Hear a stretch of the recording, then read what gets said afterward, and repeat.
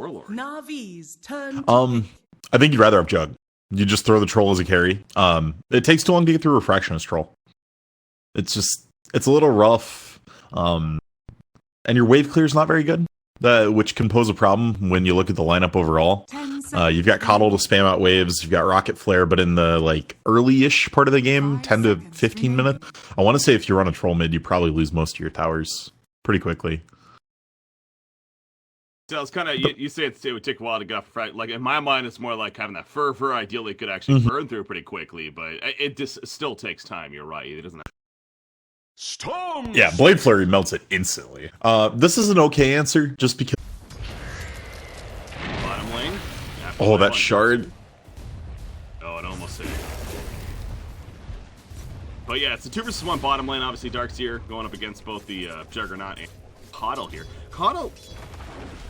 Excuse me. We do tend to see more of an aggressive Coddle usually coming. I know you're kind of talking about that, the idea with the clockwork even. But he is going to be babysitting, again, instead for the Juggernaut, as we see. Oh, middle lane, by the way. The Ice Shard's coming to this time, a much better block. But is it going to be enough for an actual kill? Dendi's running away. The Orb of Venom on him. All he can do is run, though, but I'm pretty sure he's dead here. He pops a Fairy Fire. Another auto attack. Yeah, that's going to do him in. First blood comes out.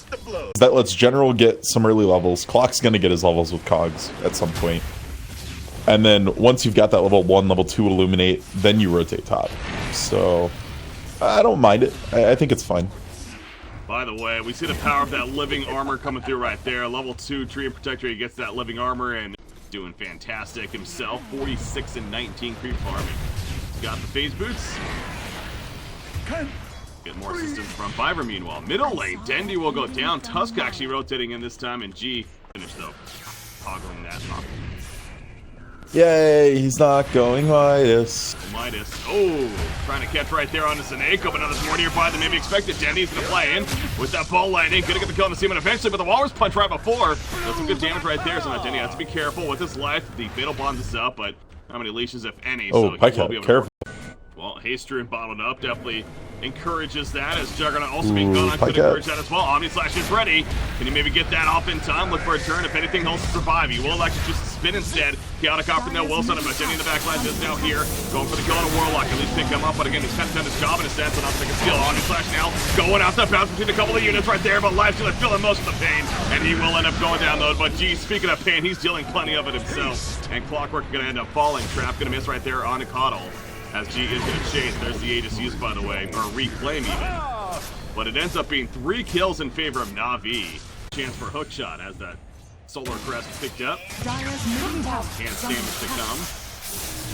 Dondo. Warlock in the backline by the team. I mean, Dendi. Dendi just going in, balls to the wall. However, balls may be a little bit too big right now because he has to be careful about this. Warlock does eventually fall, but they're pretty deep. But you know what? They just don't care, Tusk. He's just dropping out too, and he will go down. So Vegas Squadron just simply cannot react enough. And no Chaotic Offering especially. They do have Darkseer, but the wall's not going to be the best placement, and eventually Vegas Squadron here.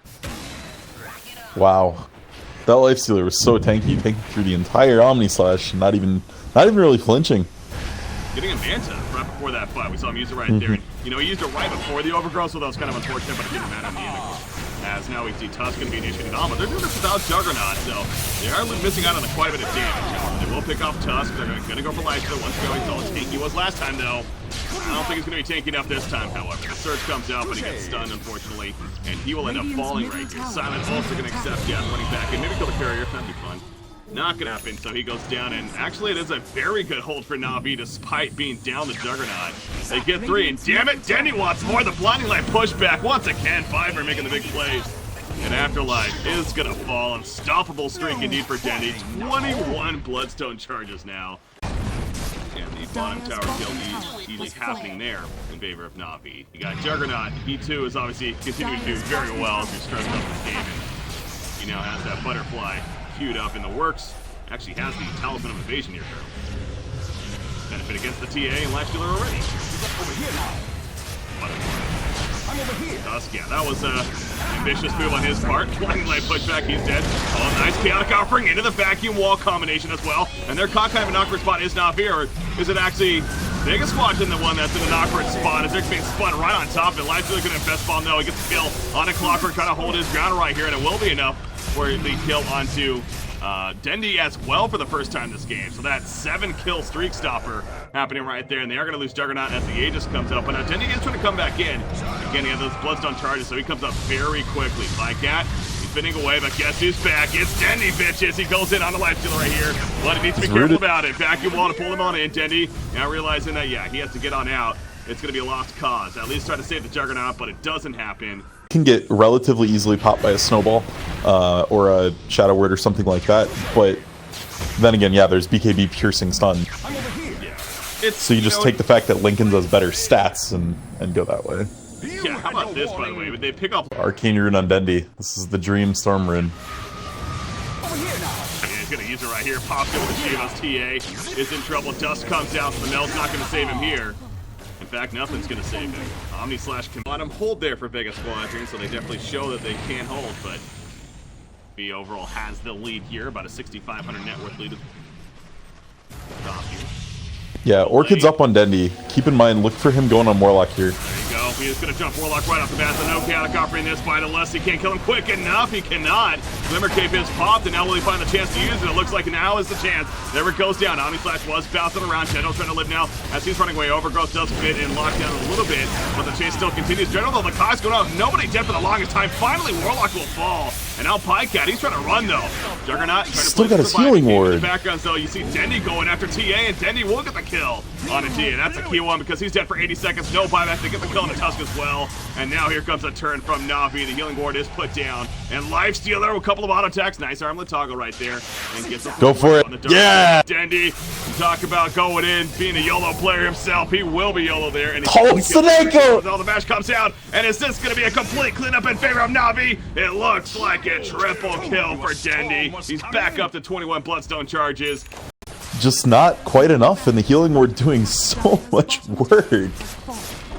It's amazing to me that that fight did go so well for Navi, considering Warlock lived the initial onslaught, and then, as I say, actually got a really good placement of the chaotic offering off too. But pick up in the man stuff. I mean, again, I know it's not useless by any means, but again, he's not getting maximum efficiency because he's not an ability-focused hero. So forcing him to get said item as you're stressing is like, that's already kind of a win in some ways. You know, having the hero alone kind of does that. So the reason why Tree and Protector is a strong pick. Again, oh, but Tree and Protector gonna get caught right here with a couple, but out comes the Crimson Guard actually, and here comes the support now. It's Juggernaut.